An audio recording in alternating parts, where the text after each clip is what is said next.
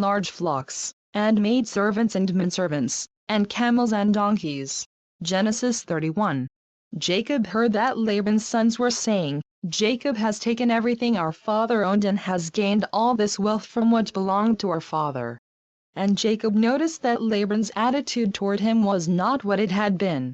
Then the Lord said to Jacob, "Go back to the land of your fathers and to your relatives, and I will be with you." So Jacob sent word to Rachel and Leah to come out to the fields where his flocks were. He said to them, "I see that your father's attitude toward me is not what it was before, but the God of my father has been with me. You know that I've worked for your father with all my strength. Yet your father has cheated me by changing my wages 10 times. However, God has not allowed him to harm me. If he said, 'The speckled ones will be your wages,' then all the flocks gave birth to speckled young. And if he said, 'The streaked ones will be your wages,' then all the flocks bore streaked young. So God has taken away your father's livestock and has given them to me. In breeding season I once had a dream in which I looked up and saw that the male goats mating with the flock were streaked, speckled or spotted. The angel of God said to me in the dream, 'Jacob.' I answered, 'Here I am.'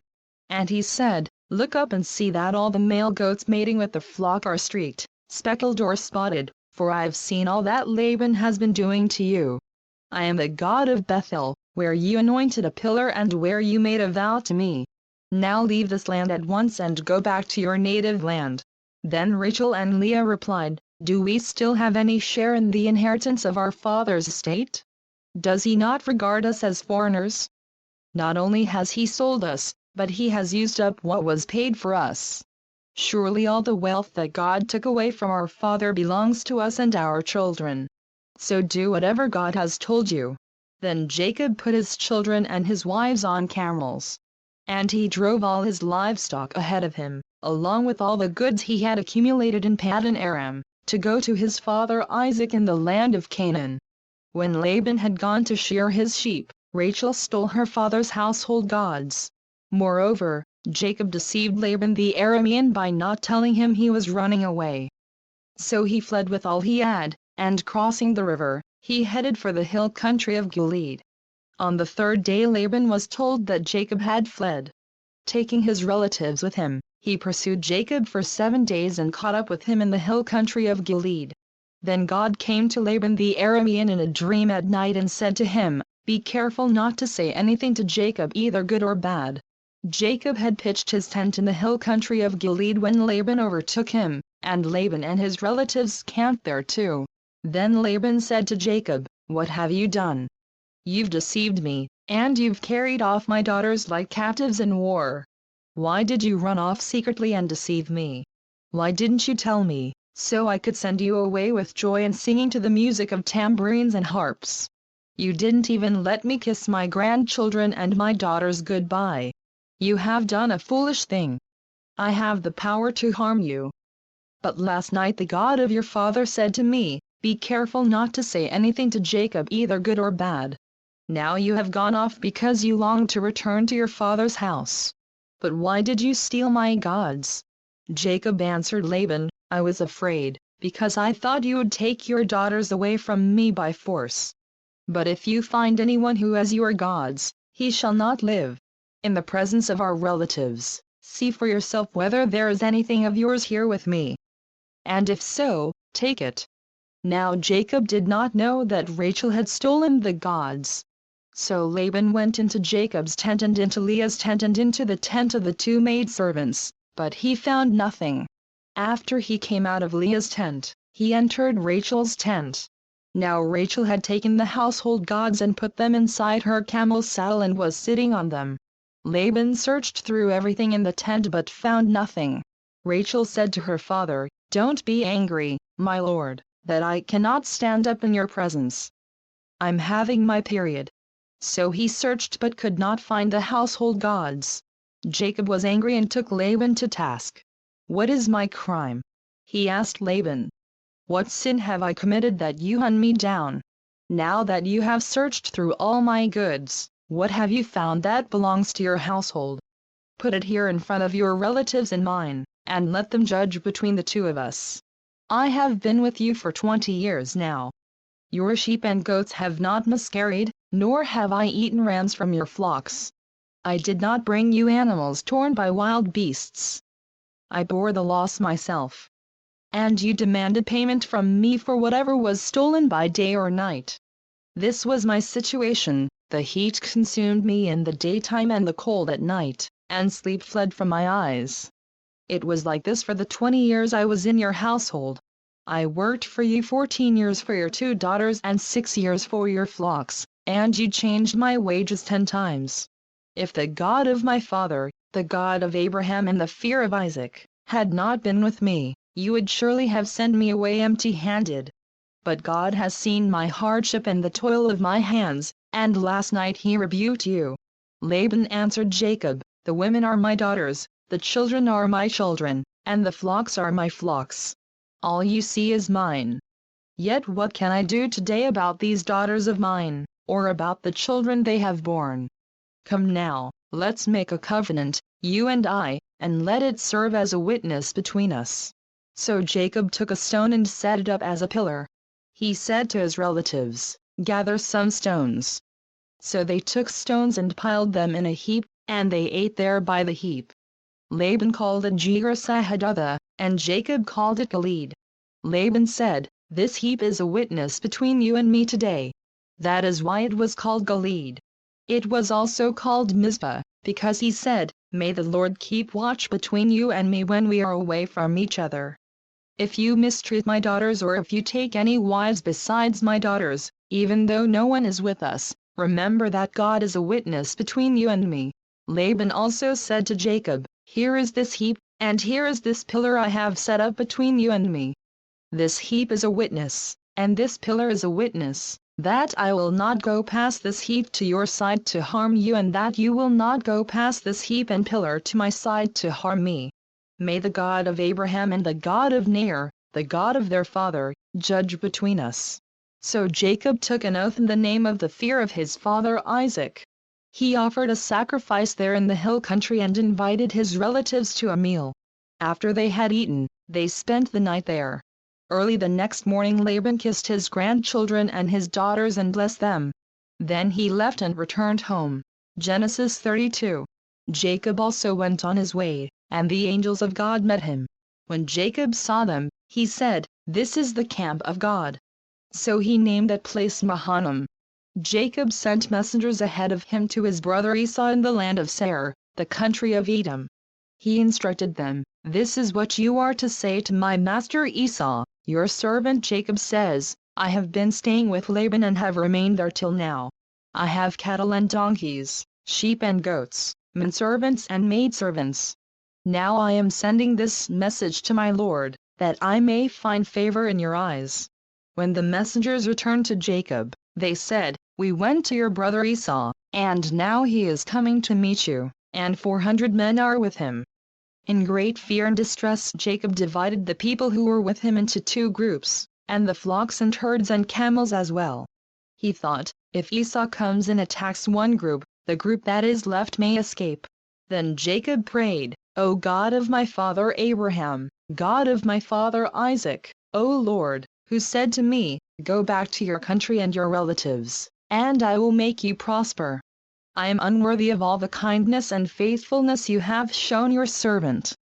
I had only my staff when I crossed this Jordan, but now I have become 2 groups. Save me, I pray, from the hand of my brother Esau, for I am afraid he will come and attack me, and also the mothers with their children.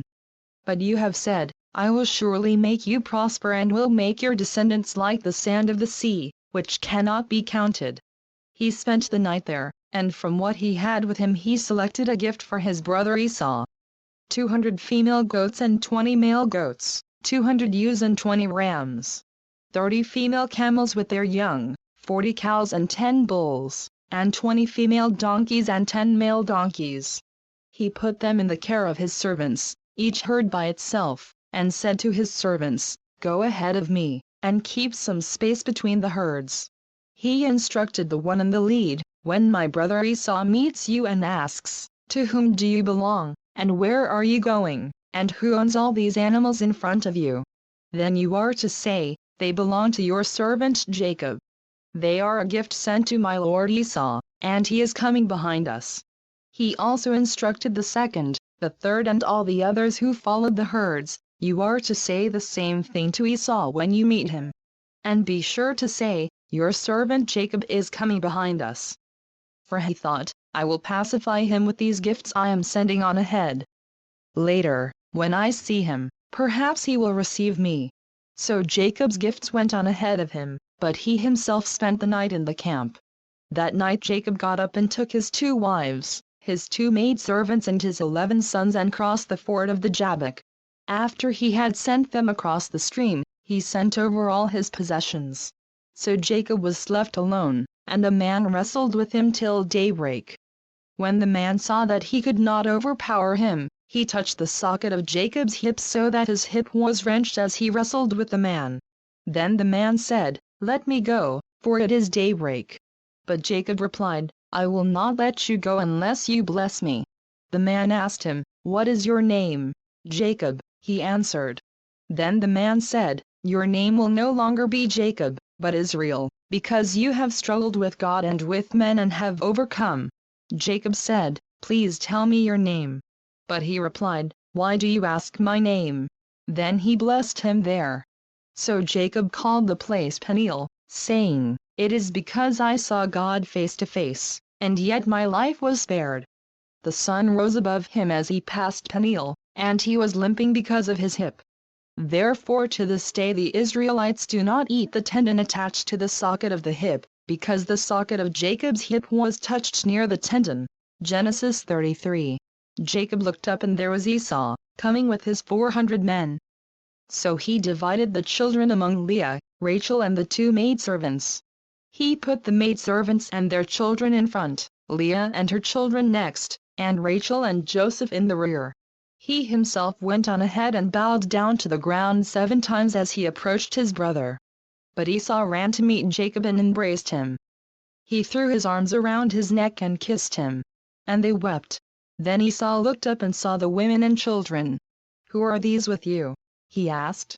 Jacob answered, They are the children God has graciously given your servant.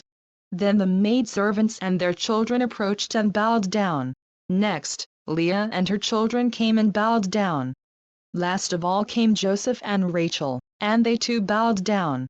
Esau asked, What do you mean by all these droves I met? To find favor in your eyes, my lord, he said.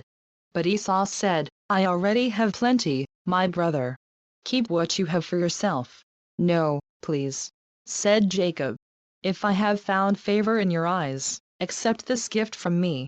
For to see your face is like seeing the face of God. Now that you have received me favorably, please accept the present that was brought to you, for God has been gracious to me and I have all I need. And because Jacob insisted, Esau accepted it. Then Esau said, Let us be on our way. I'll accompany you. But Jacob said to him, My Lord knows that the children are tender and that I must care for the ewes and cows that are nursing their young. If they are driven hard just one day, all the animals will die. So let my Lord go on ahead of his servant, while I move along slowly at the pace of the droves before me and that of the children, until I come to my Lord in Seir. Esau said, Then let me leave some of my men with you. But why do that? Jacob asked. Just let me find favor in the eyes of my Lord. So that day Esau started on his way back to Seir. Jacob, however, went to Succoth, where he built a place for himself and made shelters for his livestock. That is why the place is called Succoth. After Jacob came from Paddan Aram, he arrived safely at the city of Shechem in Canaan and camped within sight of the city. For 100 pieces of silver, he bought from the sons of Hamor, the father of Shechem, the plot of ground where he pitched his tent. There he set up an altar and called it El Israel. Genesis 34. Now Dinah, the daughter Leah had borne to Jacob, went out to visit the women of the land. When Shechem son of Hamor the Hivite, the ruler of that area, saw her, he took her and violated her. His heart was drawn to Dinah daughter of Jacob, and he loved the girl and spoke tenderly to her. And Shechem said to his father Hamor, Get me this girl as my wife." When Jacob heard that his daughter Dinah had been defiled, his sons were in the fields with his livestock. So he kept quiet about it until they came home. Then Shechem's father Hamor went out to talk with Jacob. Now Jacob's sons had come in from the fields as soon as they heard what had happened. They were filled with grief and fury, because Shechem had done a disgraceful thing in Israel by lying with Jacob's daughter, a thing that should not be done. But Hamor said to them, "My son Shechem has his heart set on your daughter. Please give her to him as his wife. Intermarry with us. Give us your daughters and take our daughters for yourselves. You can settle among us. The land is open to you. Live in it, trade in it, and acquire property in it." Then Shechem said to Dinah's father and brothers, "Let me find favor in your eyes, and I will give you whatever you ask. Make the price for the bride and the gift I am to bring as great as you like, and I'll pay whatever you ask me. Only give me the girl as my wife." Because their sister Dinah had been defiled, Jacob's sons replied deceitfully as they spoke to Shechem and his father Hamor. They said to them, "We can't do such a thing. We can't give our sister to a man who is not circumcised. That would be a disgrace to us. We will give our consent to you on one condition only, that you become like us by circumcising all your males. Then we will give you our daughters and take your daughters for ourselves. We'll settle among you and become one people with you. But if you will not agree to be circumcised, we'll take our sister and go." Their proposal seemed good to Hamor and his son Shechem. The young man, who was the most honored of all his father's household, lost no time in doing what they said, because he was delighted with Jacob's daughter. So Hamor and his son Shechem went to the gate of their city to speak to their fellow townsmen. "These men are friendly toward us," they said. "Let them live in our land and trade in it. The land has plenty of room for them. We can marry their daughters and they can marry ours. But the men will consent to live with us as one people only on the condition that our males be circumcised, as they themselves are. Won't their livestock, their property and all their other animals become ours? So let us give our consent to them, and they will settle among us." All the men who went out of the city gate agreed with Hamor and his son Shechem, and every male in the city was circumcised. 3 days later, while all of them were still in pain, 2 of Jacob's sons, Simeon and Levi, Dinah's brothers, took their swords and attacked the unsuspecting city, killing every male. They put Hamor and his son Shechem to the sword and took Dinah from Shechem's house and left. The sons of Jacob came upon the dead bodies and looted the city where their sister had been defiled. They seized their flocks and herds and donkeys and everything else of theirs in the city and out in the fields. They carried off all their wealth and all their women and children, taking as plunder everything in the houses. Then Jacob said to Simeon and Levi, "You have brought trouble on me by making me a stench to the Canaanites and Perizzites, the people living in this land. We are few in number, and if they join forces against me and attack me, I and my household will be destroyed." But they replied, "Should he have treated our sister like a prostitute?" Genesis 35. Then God said to Jacob, "Go up to Bethel and settle there, and build an altar there to God, who appears to you when you were fleeing from your brother Esau." So Jacob said to his household and to all who were with him, "Get rid of the foreign gods you have with you, and purify yourselves and change your clothes. Then come, let us go up to Bethel, where I will build an altar to God, who answered me in the day of my distress and who has been with me wherever I have gone." So they gave Jacob all the foreign gods they had and the rings in their ears, and Jacob buried them under the oak at Shechem. Then they set out, and the terror of God fell upon the towns all around them so that no one pursued them.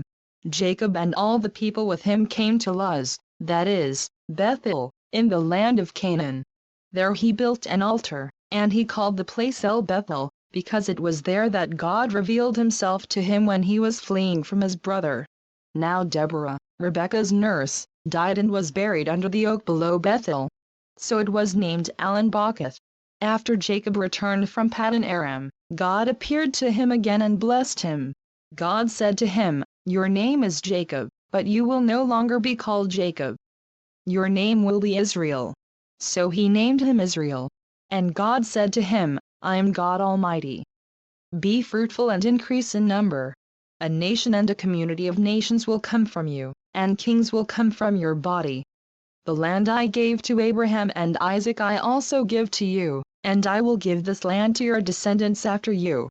Then God went up from him at the place where he had talked with him. Jacob set up a stone pillar at the place where God had talked with him, and he poured out a drink offering on it. He also poured oil on it. Jacob called the place where God had talked with him Bethel.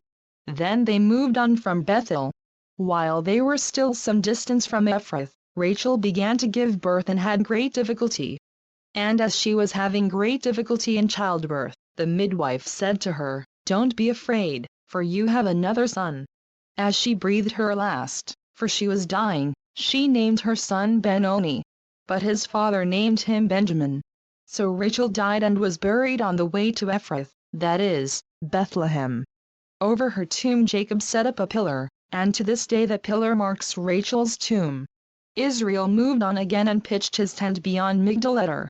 While Israel was living in that region, Reuben went in and slept with his father's concubine Bilhah, and Israel heard of it.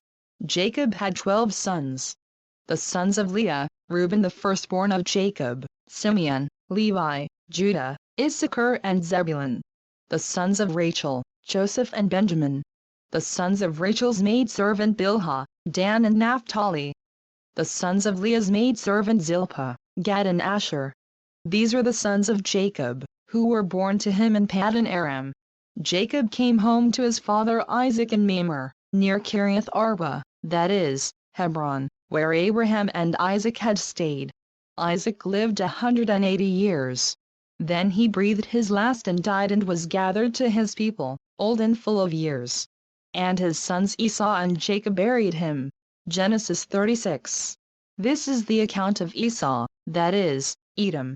Esau took his wives from the women of Canaan, Adah daughter of Elon the Hittite, and Aholibamah daughter of Anna and granddaughter of Zibeon the Hivite. Also Basemath daughter of Ishmael and sister of Nebaioth. Adah bore Eliphaz to Esau, Basemath bore Royal. And Aholibamah bore Jeush, Jalam and Korah. These are the sons of Esau, who were born to him in Canaan. Esau took his wives and sons and daughters and all the members of his household, as well as his livestock and all his other animals and all the goods he had acquired in Canaan, and moved to a land some distance from his brother Jacob. Their possessions were too great for them to remain together. The land where they were staying could not support them both because of their livestock. So Esau, that is, Edom, settled in the hill country of Seir. This is the account of Esau the father of the Edomites in the hill country of Seir. These are the names of Esau's sons, Eliphaz, the son of Esau's wife Adah, and Royal, the son of Esau's wife Basemath. The sons of Eliphaz, Teman, Omar, Zepho, Gatam and Kenaz. Esau's son Eliphaz also had a concubine named Timnah, who bore him Amalek. These were grandsons of Esau's wife Adah. The sons of Royal, Nahath, Zerah, Shammah and Mizah. These were grandsons of Esau's wife Basemath. The sons of Esau's wife Aholibamah daughter of Anna and granddaughter of Zibeon, whom she bore to Esau, Jeush, Jalam and Korah. These are the chiefs among Esau's descendants, the sons of Eliphaz the firstborn of Esau, chiefs Teman, Omar, Zepho, Kenaz, Korah, Gatam and Amalek. These are the chiefs descended from Eliphaz in Edom. They were grandsons of Adah. The sons of Esau's son Royal, chiefs Nahath, Zerah, Shammah and Mizah. These are the chiefs descended from Royal in Edom. They were grandsons of Esau's wife Basemath. The sons of Esau's wife Aholibamah, chiefs Jeush, Jalam and Korah. These are the chiefs descended from Esau's wife Aholibamah daughter of Anna.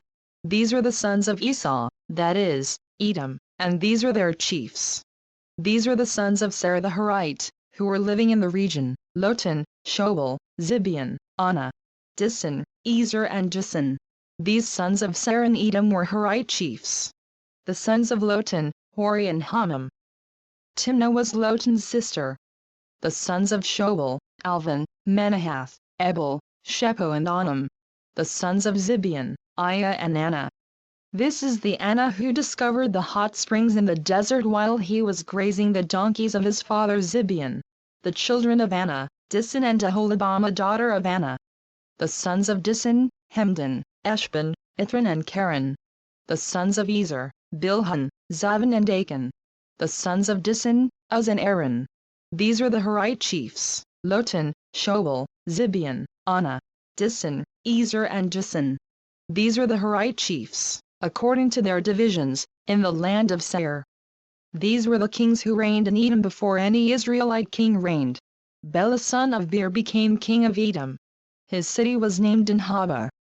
When Bela died, Jabub son of Zerah from Bozrah succeeded him as king. When Jabub died, Husham from the land of the Temanites succeeded him as king. When Husham died, Hadad son of Bedad, who defeated Midian in the country of Moab, succeeded him as king. His city was named Avith. When Hadad died, Samlah from Masrekah succeeded him as king. When Samlah died, Shaul from Rehoboth on the river succeeded him as king. When Shaul died, Baal-Hanan son of Akbar succeeded him as king. When Baal-Hanan son of Akbar died, Hadad succeeded him as king. His city was named Pau, and his wife's name was Mehetabel daughter of Mater, the daughter of Mezahab. These are the chiefs descended from Esau, by name: Timnah, Alvah, Jetheth, Aholibamah, Elah, Pinion, Kenaz, Teman, Mezer, Migdal and Aram. These are the chiefs of Edom, according to their settlements in the land they occupied. This was Esau the father of the Edomites. Genesis 37. Jacob lived in the land where his father had stayed, the land of Canaan. This is the account of Jacob. Joseph, a young man of 17, was tending the flocks with his brothers, the sons of Bilhah and the sons of Zilpah, his father's wives, and he brought their father a bad report about them. Now Israel loved Joseph more than any of his other sons, because he had been born to him in his old age. And he made a richly ornamented robe for him. When his brothers saw that their father loved him more than any of them, they hated him and could not speak a kind word to him. Joseph had a dream, and when he told it to his brothers, he said to them, "Listen to this dream I had. We were binding sheaves of grain out in the field when suddenly my sheaf rose and stood upright, while your sheaves gathered around mine and bowed down to it." His brothers said to him, "Do you intend to reign over us? Will you actually rule us?" And they hated him all the more because of his dream and what he had said. Then he had another dream, and he told it to his brothers. "Listen," he said, "I had another dream, and this time the sun and moon and 11 stars were bowing down to me." When he told his father as well as his brothers, his father rebuked him and said, "What is this dream you had? Will your mother and I and your brothers actually come and bow down to the ground before you?" His brothers were jealous of him, but his father kept the matter in mind. Now his brothers had gone to graze their father's flocks near Shechem. And Israel said to Joseph, "As you know, your brothers are grazing the flocks near Shechem. Come, I am going to send you to them." "Very well," he replied. So he said to him, "Go and see if all is well with your brothers and with the flocks, and bring word back to me." Then he sent him off from the valley of Hebron. When Joseph arrived at Shechem, a man found him wandering around in the fields and asked him, "What are you looking for?" He replied, "I'm looking for my brothers. Can you tell me where they are grazing their flocks?" "They have moved on from here," the man answered. "I heard them say, 'Let's go to Dothan.'" So Joseph went after his brothers and found them near Dothan. But they saw him in the distance, and before he reached them, they plotted to kill him. "Here comes that dreamer," they said to each other. "Come now, let's kill him and throw him into one of these cisterns and say that a ferocious animal devoured him. Then we'll see what comes of his dreams." When Reuben heard this, he tried to rescue him from their hands. "Let's not take his life," he said. "Don't shed any blood. Throw him into this cistern here in the desert, but don't lay a hand on him." Reuben said this to rescue him from them and take him back to his father. So when Joseph came to his brothers, they stripped him of his robe, the richly ornamented robe he was wearing. And they took him and threw him into the cistern. Now the cistern was empty. There was no water in it. As they sat down to eat their meal, they looked up and saw a caravan of Ishmaelites coming from Gilead. Their camels were loaded with spices, balm and myrrh, and they were on their way to take them down to Egypt.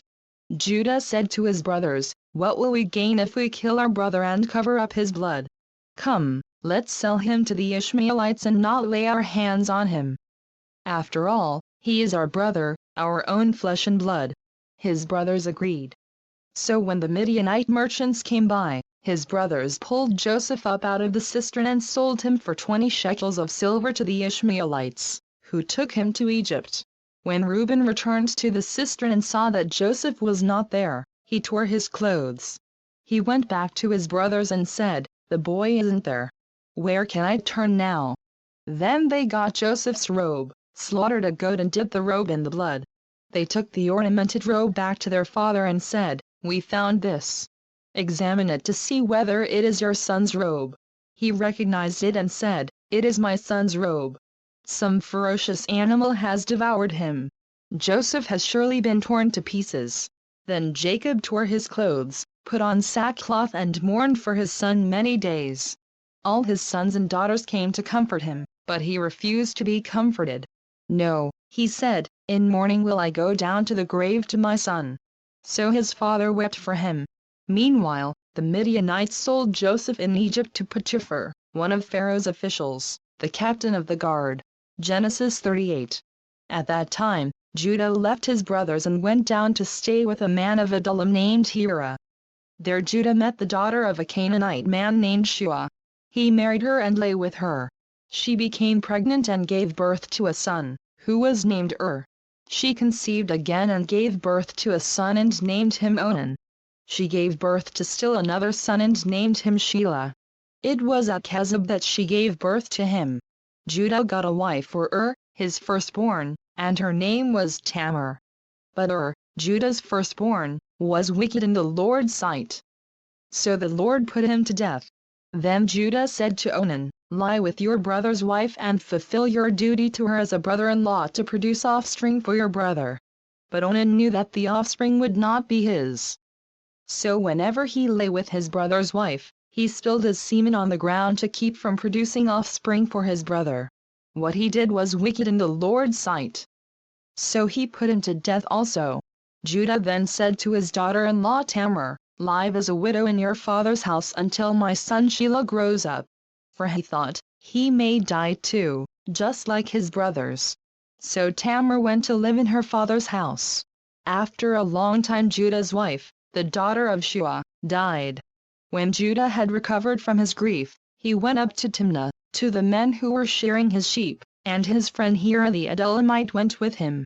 When Tamar was told, "Your father-in-law is on his way to Timnah to shear his sheep," she took off her widow's clothes, covered herself with a veil to disguise herself, and then sat down at the entrance to Enaim, which is on the road to Timnah. For she saw that, though Shelah had now grown up, she had not been given to him as his wife. When Judah saw her, he thought she was a prostitute, for she had covered her face. Not realizing that she was his daughter-in-law, he went over to her by the roadside and said, "Come now, let me sleep with you." "And what will you give me to sleep with you?" she asked. "I'll send you a young goat from my flock," he said. "Will you give me something as a pledge until you send it?" she asked. He said, "What pledge should I give you?" "Your seal and its cord, and the staff in your hand," she answered. So he gave them to her and slept with her, and she became pregnant by him. After she left, she took off her veil and put on her widow's clothes again. Meanwhile Judah sent the young goat by his friend the Adullamite in order to get his pledge back from the woman, but he did not find her. He asked the men who lived there, "Where is the shrine prostitute who was beside the road at Enaim?" "There hasn't been any shrine prostitute here," they said. So he went back to Judah and said, "I didn't find her." Besides, the men who lived there said, "There hasn't been any shrine prostitute here." Then Judah said, "Let her keep what she has, or we will become a laughingstock. After all, I did send her this young goat, but you didn't find her." About 3 months later Judah was told, "Your daughter-in-law Tamar is guilty of prostitution," and as a result she is now pregnant. Judah said, "Bring her out and have her burned to death." As she was being brought out, she sent a message to her father-in-law. "I am pregnant by the man who owns these," she said. And she added, "See if you recognize whose seal and cord and staff these are." Judah recognized them and said, "She's more righteous than I, since I wouldn't give her to my son Shelah." And he did not sleep with her again. When the time came for her to give birth, there were twin boys in her womb. As she was giving birth, one of them put out his hand. So the midwife took a scarlet thread and tied it on his wrist and said, "This one came out first." But when he drew back his hand, his brother came out, and she said, "So this is how you have broken out." And he was named Perez. Then his brother, who had the scarlet thread on his wrist, came out and he was given the name Zerah. Genesis 39. Now Joseph had been taken down to Egypt. Potiphar, an Egyptian who was one of Pharaoh's officials, the captain of the guard, bought him from the Ishmaelites who had taken him there. The Lord was with Joseph and he prospered, and he lived in the house of his Egyptian master. When his master saw that the Lord was with him and that the Lord gave him success in everything he did, Joseph found favor in his eyes and became his attendant. Potiphar put him in charge of his household, and he entrusted to his care everything he owned. From the time he put him in charge of his household and of all that he owned, the Lord blessed the household of the Egyptian because of Joseph. The blessing of the Lord was on everything Potiphar had, both in the house and in the field. So he left in Joseph's care everything he had. With Joseph in charge, he did not concern himself with anything except the food he ate. Now Joseph was well built and handsome. And after a while his master's wife took notice of Joseph and said, "Come to bed with me." But he refused. "With me in charge," he told her, "my master does not concern himself with anything in the house. Everything he owns he has entrusted to my care. No one is greater in this house than I am. My master has withheld nothing from me except you, because you are his wife. How then could I do such a wicked thing and sin against God?" And though she spoke to Joseph day after day, he refused to go to bed with her or even be with her. One day he went into the house to attend to his duties, and none of the household servants was inside. She caught him by his cloak and said, "Come to bed with me." But he left his cloak in her hand and ran out of the house. When she saw that he had left his cloak in her hand and had run out of the house, she called her household servants. "Look," she said to them, "this Hebrew has been brought to us to make sport of us. He came in here to sleep with me, but I screamed. When he heard me scream for help, he left his cloak beside me and ran out of the house." She kept his cloak beside her until his master came home. Then she told him this story, "That Hebrew slave you brought us came to me to make sport of me. But as soon as I screamed for help, he left his cloak beside me and ran out of the house." When his master heard the story his wife told him, saying, "This is how your slave treated me," he burned with anger. Joseph's master took him and put him in prison, the place where the king's prisoners were confined.